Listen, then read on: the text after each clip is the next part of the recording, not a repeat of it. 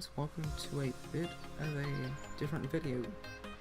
Now, I usually do those Battlefield 1 little montages, which that's nothing really special, and they have terrible audio quality anyway, so I'm playing some Kerbal Space Program, and on December 8th, I believe it was December 8th, the first American to orbit the Earth passed away. It was John Glenn at age 95. And I wanted to replicate his mission. And I built us a Mercury Atlas. I think I should have it saved on here. Or at least, let's see. Well, actually, I do have it. I believe I have it. But, yeah, Mercury Atlas right there. I hope the fairing isn't messed up on that. That was a pain to get working. But, I'm going to start off with the Mercury Redstone, first of all. Now, the Mercury Redstone was a rocket designed by Werner von Braun. He was a German rocket scientist who worked for Germany during World War II and made the V2, which I believe stands for Vergeltungswaffe 2, which is like Vengeance Weapon 2 or something or another. But, anyways, he was always kind of marked by his Nazi past, because he had to join the party because he felt like that was the only way he would get funding for his rocket projects.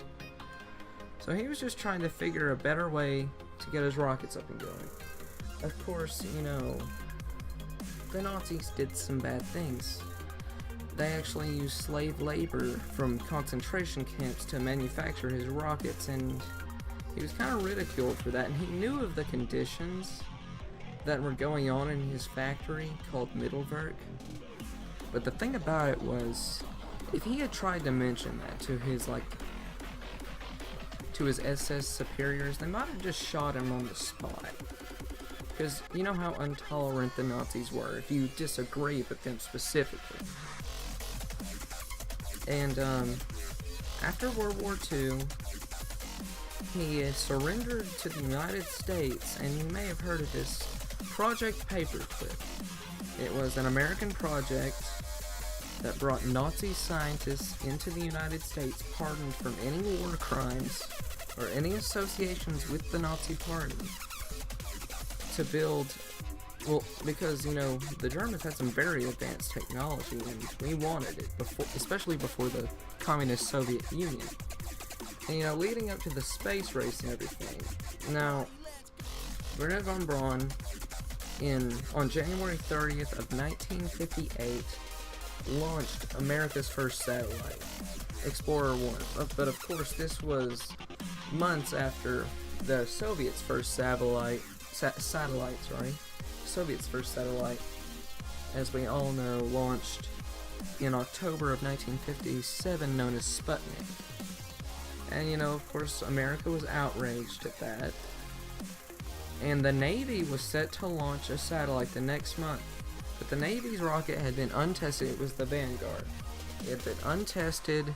There was no proof that it would perform well. And basically, Werner von Braun was furious that the White House chose the Navy over him. But the reason they did that is because they didn't like the idea of using a Nazi rocket, a Nazi-based rocket, to launch a satellite into orbit.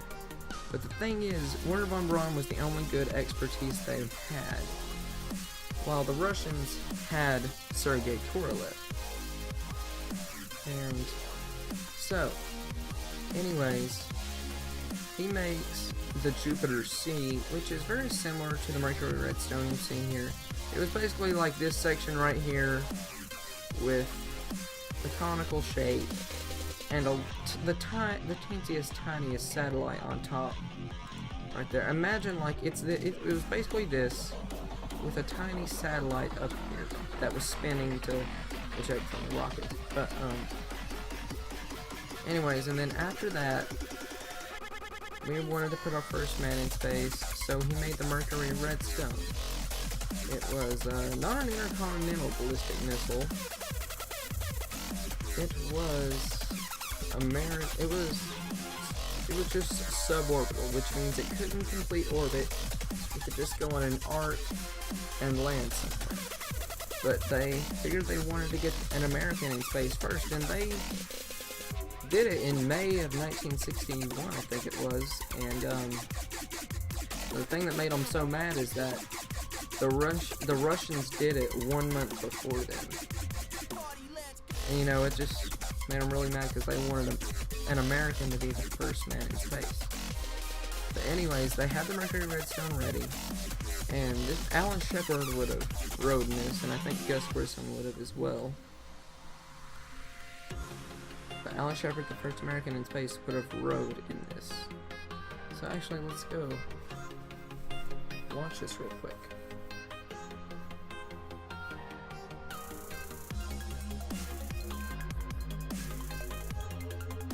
Okay, so now this run kind of functioned fairly simply. So what I'm going to do is I'm going to put this on full thrust. SAS is on. We have some inline reaction wheels. 2 inline reaction wheels. One right here, one right there to give us more control over the rocket. Because the way it's got these big fins on the bottom, it's just really hard to control. So nonetheless, 5, 4, 3, 2, 1, ignition and liftoff. And we're going to turn like this, just so it's easier to do this, or roll program if you will. And what we're going to do is we're going to angle the craft out this way. And now, I don't want to go too steep, and I don't want to go too shallow here. Because we need to just barely make it out of the atmosphere, because these flights were very short. They were only 15 minutes. And, well, they were just short arcs. They were only 15 minutes. The orbits were well, they didn't even orbit. The time they were in space was very short. They were barely breaking out of the atmosphere by this point. Anyways, we're breaking the speed of sound right now. Anyways, let's check with the map. Let's see how our altitude and everything is. Okay, altitude and everything looks fine. I think we need to still get up on a sharper angle though. So let's try and get some pressure going up there. Although I don't think we're going to be able to do that with our high speeds right now. But anyways, it would have landed out in the Pacific. Let's imagine this is Cape Canaveral. It would have landed out in the Pacific around here. Well, not the Pacific, the Atlantic, I mean. Anyways. Of course. Okay. It was only one stage, of course, but anyways, we're going to cut throttle, because it's supposed to be about how it is, I believe. Yeah. Actually, no, we actually need to keep burning some more. We're gonna burn until it's out of... I'm just gonna burn until it's out of fuel. Really. But guys, I think I'm gonna make it a series to do different historical missions. Okay, now. Okay. This thing about wanted to go into orbit. Now, the thing wouldn't have been this big, but you kind of get the concept. It wouldn't have gone this far. But everything in Kerbal Space Program is like smaller. I think it's like 1/10 of real world size, maybe. But anyways, I'm just going to leave it at that. And we're reaching a pretty good altitude right now. Okay. So, now what would happen would be, this would be jettisoned. This would face retrograde. Now, they had some retro rockets to slow it down. They were just solid fueled rockets that would be on the bottom around right there. They had retro rockets to slow the craft down, to come in on a better angle, but I am not doing that actually. Because it's in Kerbal Space Program, it's really not needed. And we've officially reached space. The space music has started. Anyways, you know, let's imagine Jebediah would be Alan Shepard, you know, he's like, woohoo, first American in space. But anyways, let's check this right here. I'm hoping, because planet's gonna rotate, it's gonna rotate that way. I hope we don't land on land, because that's just completely, that's not accurate at all. If we land in water, even though in real life it didn't go this far, it would be better. I hope it just doesn't rotate and we just land like somewhere like right there. So anyways, let's just kind of fast forward a bit here. Okay, we're on the descent.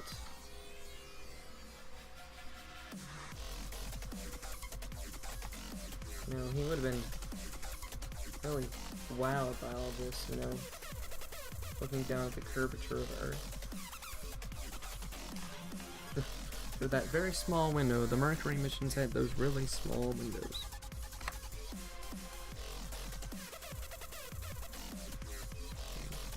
Look.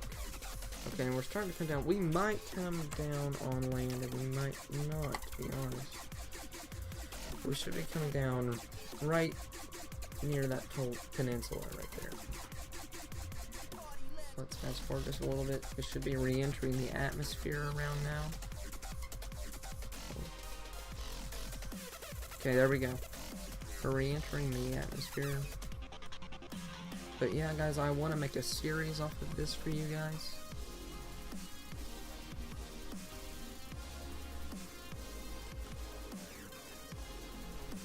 Let's see, are we coming down on land? We're just barely missing land, that's for sure. Just barely. Unless we do come down on it.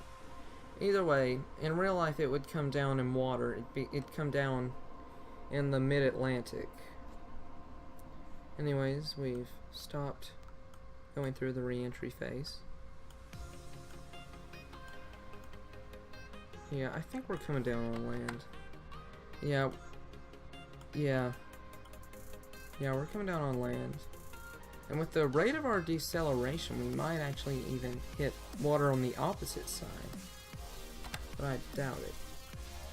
Yeah, I think we're gonna land probably around that area right there or so.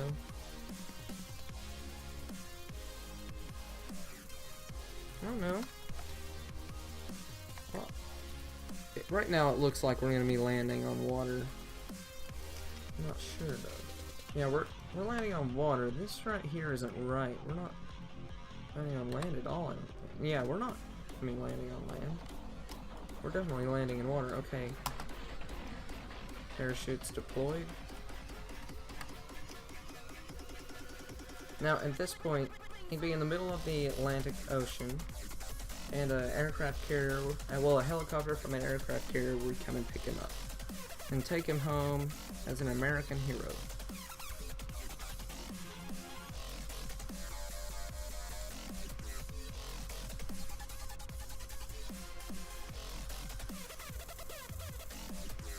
Yep, there we go. We've landed in the ocean. Now, guys,